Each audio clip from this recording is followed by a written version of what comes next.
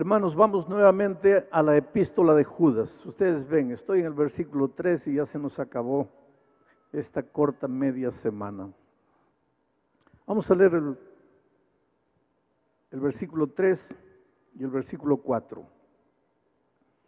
Amados, ayer vimos eso. Por la gran solicitud que tenía de escribiros acerca de nuestra común salvación, me ha sido necesario escribiros exhortándoos que contendáis ardientemente por la fe que ha sido una vez dada a los santos. Cuando Judas decidió escribir su libro, su carta, él tenía una cosa en mente: voy a explicar el tema de la salvación. No hay tema más sublime que el tema de la salvación. El misterio de la salvación, el misterio de la gracia. Como hombres pecadores, perdidos, podemos encontrar perdón, podemos encontrar una nueva oportunidad, podemos encontrar salvación en Cristo. Pues Judas quería tratar ese tema, pero él dice: yo quería tratar del tema de la salvación, pero ya que algunos están entrando a la iglesia torciendo el maravilloso tema de la salvación, necesito exhortaros para que contendáis ardientemente por la fe que ha sido una vez dada a los santos. Para que contendáis ardientemente. ¿Sabes que hay mucha gente que toma esta orden en el sentido de que hay que pelear por el evangelio, hay que atacar a las personas defendiendo el evangelio, hay que agredir a las personas defendiendo el evangelio porque lo estamos haciendo en nombre de Dios? Oh, queridos, eso es fundamentalismo. Cuando tú atacas a alguien pensando que estás defendiendo el evangelio, necesitas rebautizarte de nuevo. Pero hay que llenar el tanque mitad hielo y mitad agua y dejarte 1 hora remojándote ahí. Porque tú, en nombre de Dios y en nombre del evangelio, no tienes el derecho de dar rienda suelta a tus instintos no sometidos al Espíritu Santo. Porque la primera característica de alguien que ha sido convertido es el amor. Porque Dios es amor. Y si Dios es amor y Él tiene una iglesia en esta tierra, la iglesia de Dios en esta tierra es la iglesia del amor. ¿Cómo tú puedes, en el nombre de Jesucristo, diciendo que estás defendiendo el evangelio, atacar personas, agredir personas? Claro que no agarras piedras, no das tiro a nadie, porque si no ya irías para la cárcel. Pero a veces las palabras son peores que las piedras. Y ahora, en este tiempo de redes sociales, es fácil sentarse en el computador, en el anonimato, y agredir personas. Y en tu cabecita piensas que estás defendiendo el evangelio. Eso no combina con cristianismo. Jesús jamás haría eso. Y si tú eres un seguidor de Jesucristo, debes permitir que el Espíritu Santo reproduzca en tu vida el carácter tierno, manso y dulce del Señor Jesucristo. Pero entonces, ¿qué es lo que Judas está diciendo aquí? Él dice así: he cambiado el propósito, dice. Primero quería hablarles de la salvación, pero he decidido exhortaros que contendáis. Esa palabra contendáis en griego es el verbo epaginosimai, que literalmente quiere decir que agonicéis defendiendo. No que agredáis, sino que agonicéis defendiendo. Que estés dispuesto a morir por el evangelio, pero no a matar por el evangelio. No a agredir por el evangelio, no a ofender por el evangelio. agonizar defendiendo los valores, los principios del Evangelio, a vivir el Evangelio. La mejor manera de defender el Evangelio no es con palabras, es con tu vida. Vive el Evangelio. No hay mejor argumento en favor del cristianismo que un cristiano transformado por el poder de Dios. Mahatma Gandhi, el líder hindú, decía, después de estudiar toda la doctrina cristiana, dijo algo terrible. Dijo, después de estudiar la doctrina cristiana, yo me volvería un cristiano, porque la doctrina es maravillosa. Yo me volvería un cristiano si no fuera por causa de los cristianos. Un cristiano que no ha sido transformado por la gracia de Jesucristo es el peor argumento en favor del cristianismo. Pero mi texto para esta noche no es ese. Eso ya vimos anoche. Dice, yo he decidido exhortaros que contendáis ardientemente por la fe que ha sido una vez dada a los santos. Porque algunos hombres han entrado encubiertamente, esa palabra encubiertamente en griego es la palabra metaschematizo, de donde viene nuestra palabra metamorfosis.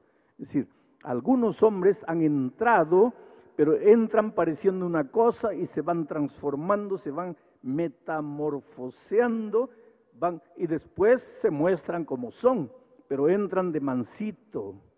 Entran como que aceptan el Evangelio, pero de repente comienzan a cambiar, comienzan a metamorfosearse. Entran disimuladamente, dice, porque algunos hombres han entrado encubiertamente, metamorfoseándose. Y estos hombres desde antes habían sido destinados para esta condenación. Y miren cuál era el problema de ellos. Dos. Primero, estos hombres impíos convierten en libertinaje la gracia de nuestro Dios. Primer problema. Toman la gracia de Jesucristo y la transforman en libertinaje.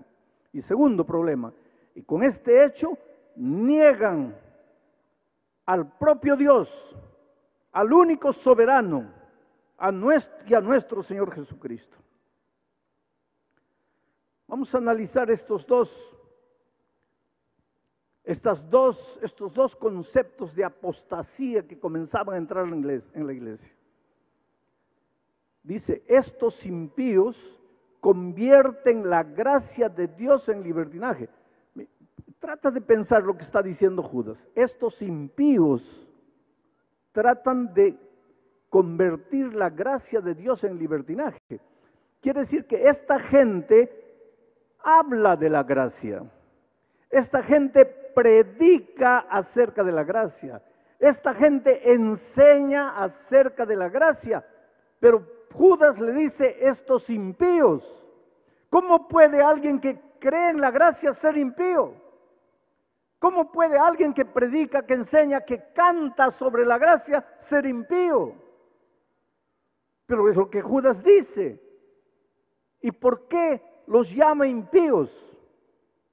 La raíz de impío, malo, malvado, pero que entra disfrazado a las filas de la iglesia.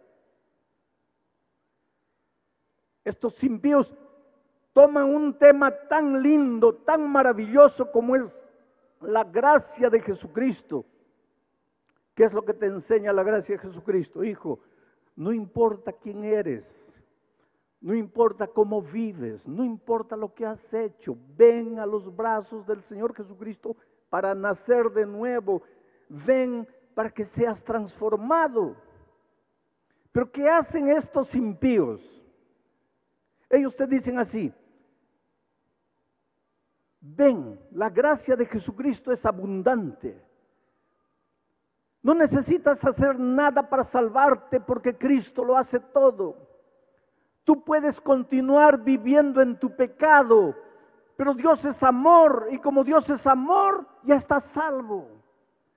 Dios es amor, su amor no va a acabar nunca y como no va a acabar nunca, tú puedes continuar viviendo tu vida de pecado y vas a ser salvo, porque como Dios es amor, finalmente todos se van a salvar. La diferencia es bien sutil. La verdadera gracia de Cristo no es solamente gracia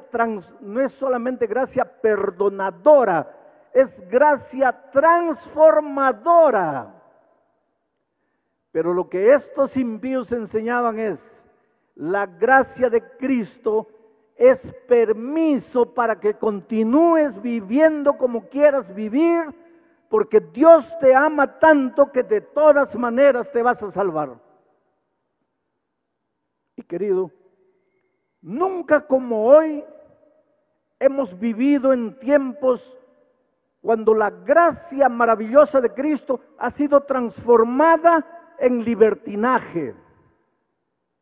Libertinaje no es libertad, porque la libertad demanda responsabilidad.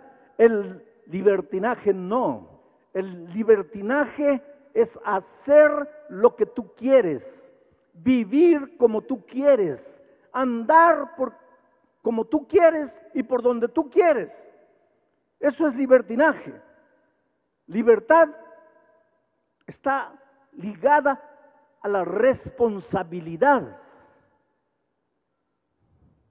Nunca como en nuestros días se ha defendido tanto la gracia de Cristo en el sentido de que puedes vivir como quieras, puedes hacer lo que quieras. Es por eso que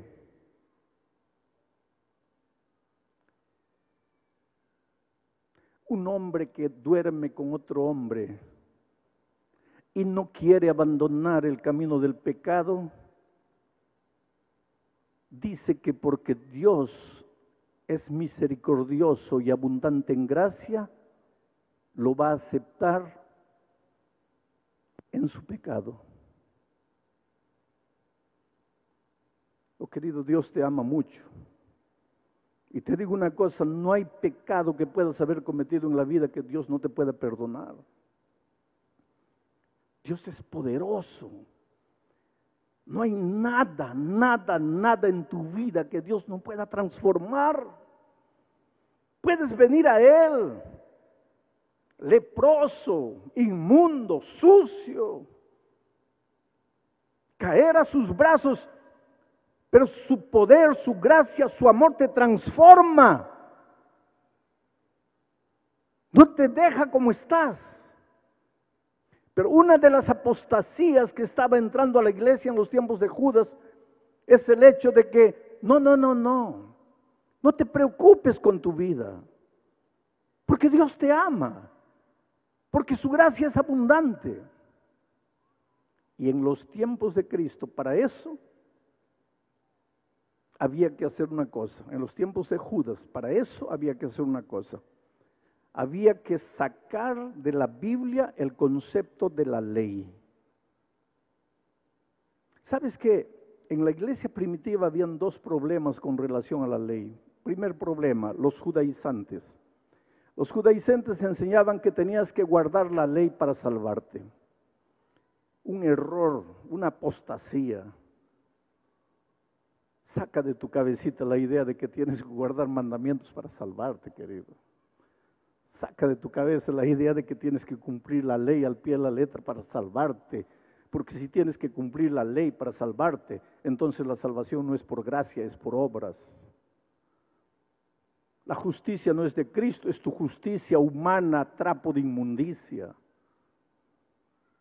Pero los judaizantes en la iglesia primitiva venían y enseñaban, decían, no, hay que cumplir la ley al pie de la letra para salvarse. Pablo fue un defensor de la gracia de Cristo. Pablo se levanta como el apóstol de la gracia para decir, no necesitas hacer nada para salvarte, solo tienes que creer solo tienes que aceptar, solo tienes que rendirte, solo tienes que entregarte. La salvación no es por lo que haces, no es porque te portas bien, no es porque cumples mandamientos, no es porque cumples la ley. La salvación es únicamente por la gracia de Cristo. Pero entonces aparece el otro ramo y dice así: somos salvos únicamente por la gracia de Cristo, ya no necesitamos ley. La ley fue ya para el tiempo del Antiguo Testamento. Hoy en el Nuevo Testamento ya no necesitamos ley porque somos salvos por la gracia de Cristo. Pero que te digo una cosa esta noche: somos salvos únicamente por la gracia de Cristo. Esa es una de las verdades más cristalinas de la Biblia. Pero porque somos salvos por la gracia de Cristo, la ley no deja de existir. Inclusive porque el apóstol Juan, aquí en Juan, capítulo 3, versículo 4, mira lo que dice: todo aquel que comete pecado, infringe también la ley, porque el pecado es la infracción de la ley. Ahora, si después de Cristo ya no existe ley, ya no existe pecado, porque el pecado es la infracción de la ley. Y si ya no existe pecado, ¿para qué gracia? Ya no tiene sentido la gracia. La gracia tiene sentido porque existe pecado. Y el pecado existe porque existe la ley. Porque el pecado es la transgresión de la ley. Ahora, Juan no dice que te vas a salvar guardando la ley. En absoluto. La salvación es únicamente por la gracia de Cristo. Pero la ley continúa en vigencia. No tengas miedo de la ley. Si esta noche viniera Jesucristo y te preguntara: hijo, ¿me amas? ¿Cuál sería tu respuesta? Sí, Señor, tú sabes que te amo. Y entonces Él te diría: entonces, si me amáis, guardad mis mandamientos.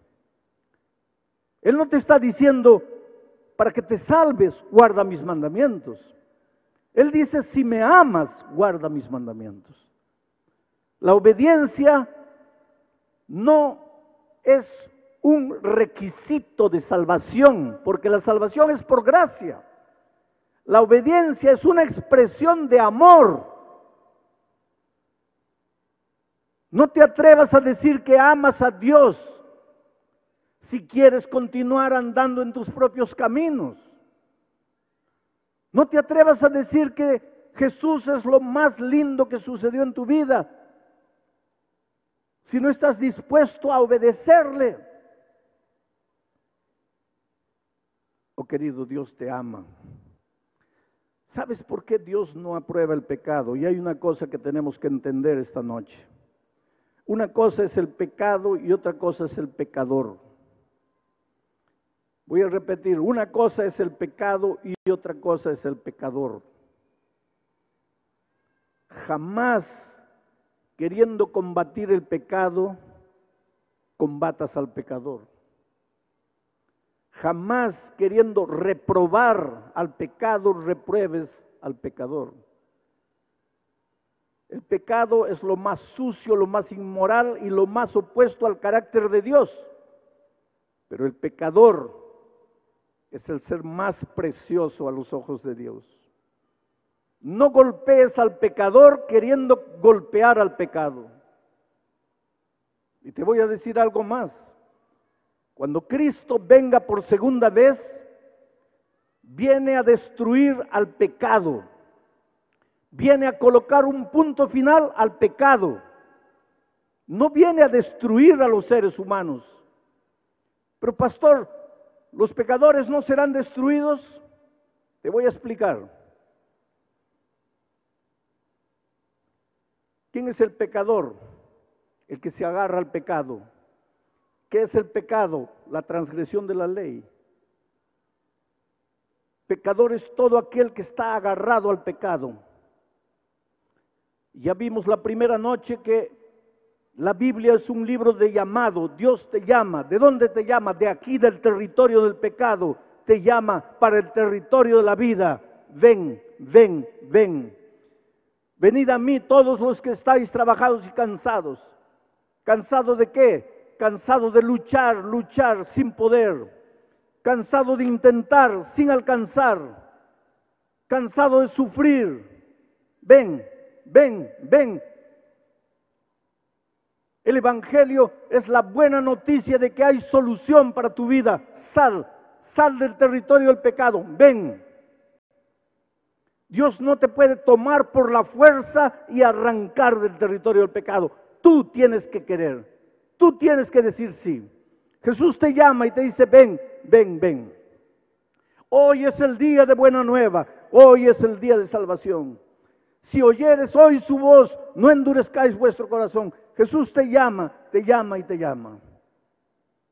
Pero llegará un día en que Jesús va a venir a esta tierra para ponerle un punto final al pecado. ¿Y sabe por qué? Porque tú eres un hijo amado de Dios y el pecado te destruye, el pecado te hace sufrir, el pecado te anula, el pecado te paraliza, el pecado destruye tu familia. Tu hogar en este momento está destruido por causa del pecado. El pecado te mete en deudas, el pecado deforma tu personalidad, el pecado te esclaviza. Dios no te creó para ser esclavo, Dios no te creó para vivir endeudado, Dios no te creó para vivir prisionero de los vicios, Dios te creó para libertad, Dios te ama. Y como el pecado te oprime, como el pecado te destruye, Dios no acepta el pecado de manera ninguna. Porque tú eres lo más precioso que Dios tiene y el pecado te destruye. Por eso Dios dice, ven, ven, ven. Pero un día va a tener que colocarle un punto final a la historia del pecado. Y cuando ese día venga y la ira de Dios sea derramada, será derramada sobre el pecado.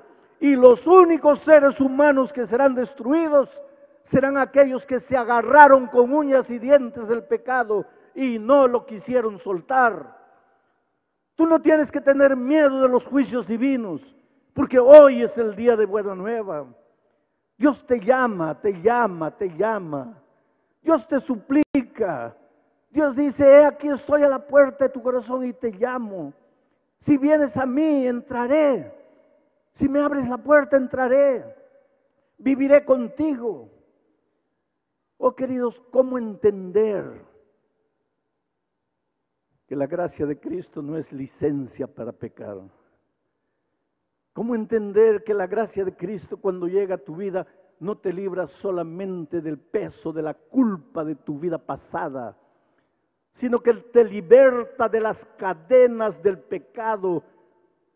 Y entonces quedas como una paloma libre para volar, volar, volar por los horizontes sin fin.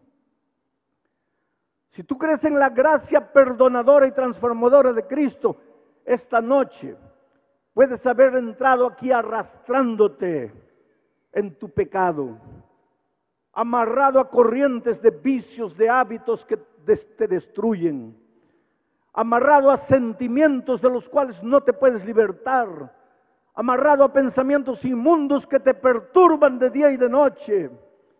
Puedes haber entrado aquí arrastrando la lepra de tu pecado, pero el Señor Jesucristo esta noche está en esta arena y se mueve soberano en la persona de tu Espíritu Santo y llega cerca de ti y dice, hijo, si quieres yo te puedo libertar, si quieres yo te puedo curar, si quieres yo te puedo salvar. Déjate salvarte, deja de correr, deja de huir, deja de esconderte. Hoy es el día de buena nueva, hoy es el día de salvación. En Santa Cruz de la Sierra, hace muchos años atrás dirigí una campaña de evangelismo en el Coliseo Deportivo de esa ciudad.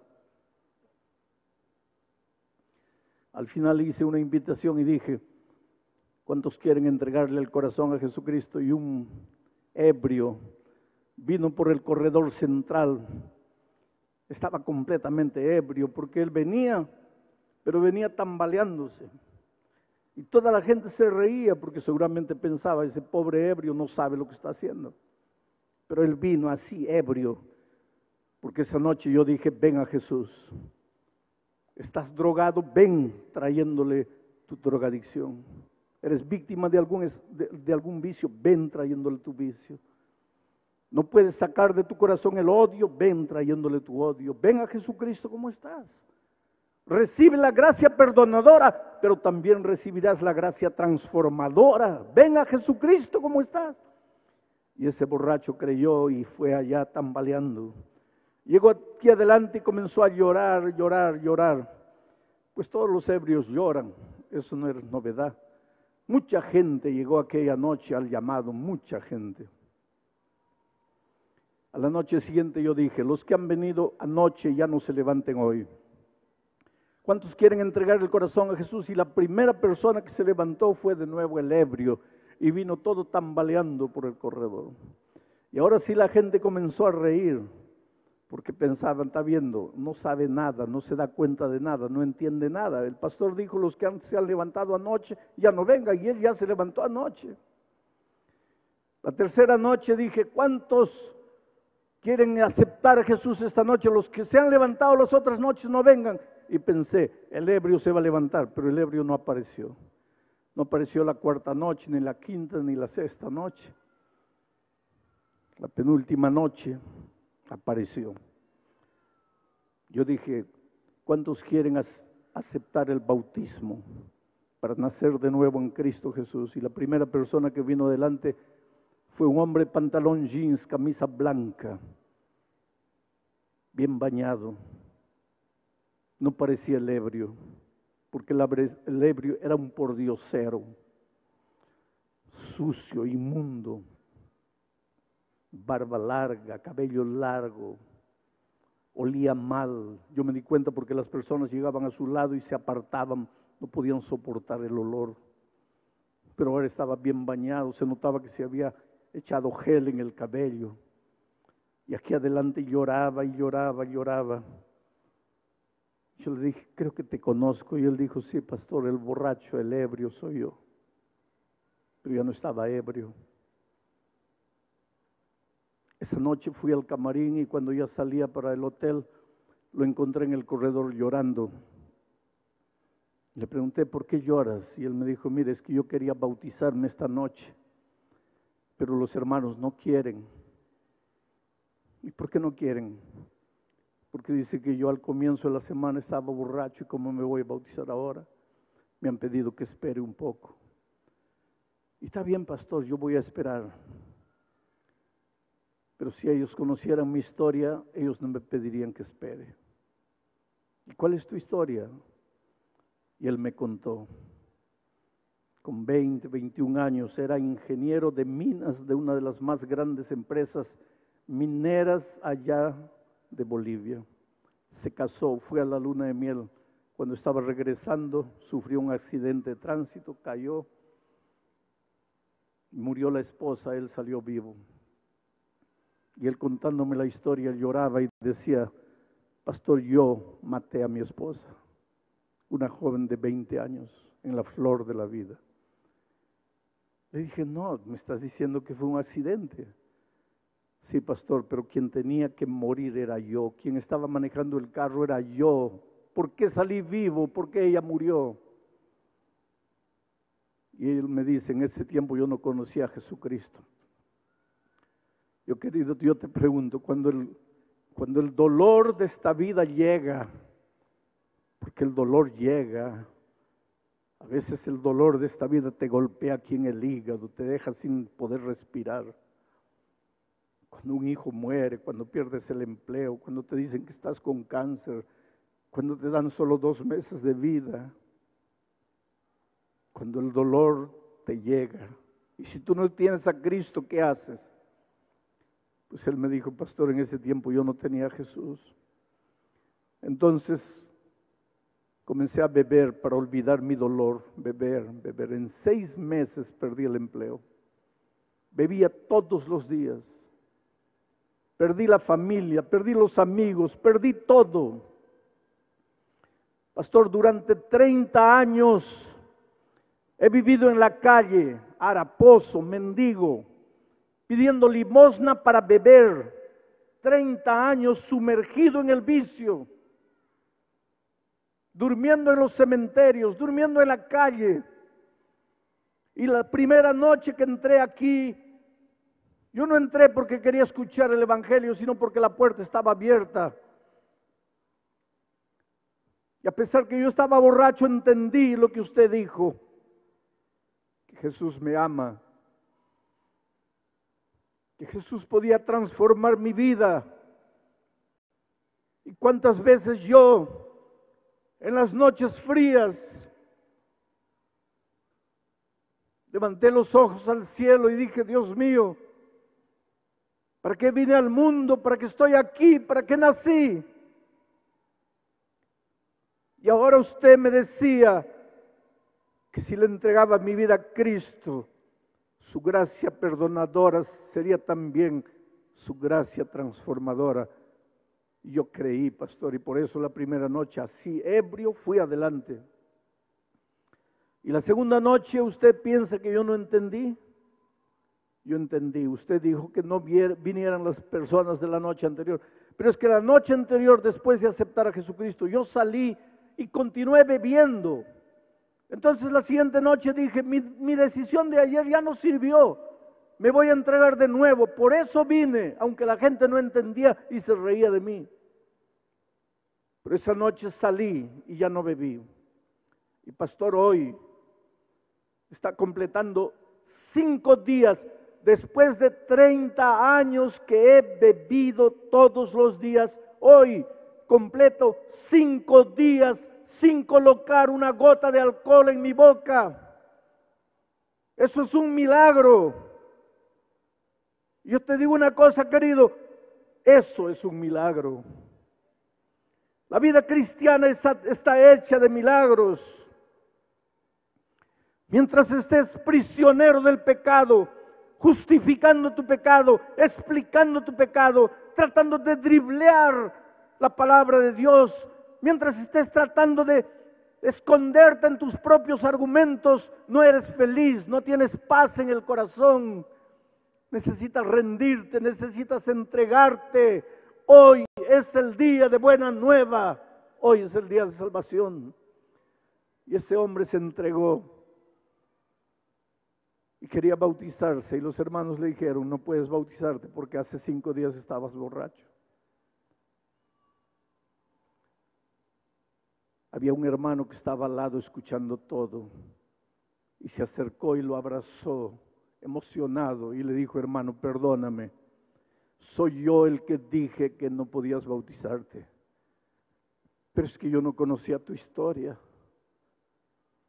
Si tú quieres puedes bautizarte. Yo te digo una cosa en el nombre de Jesús, no juzgues a las personas.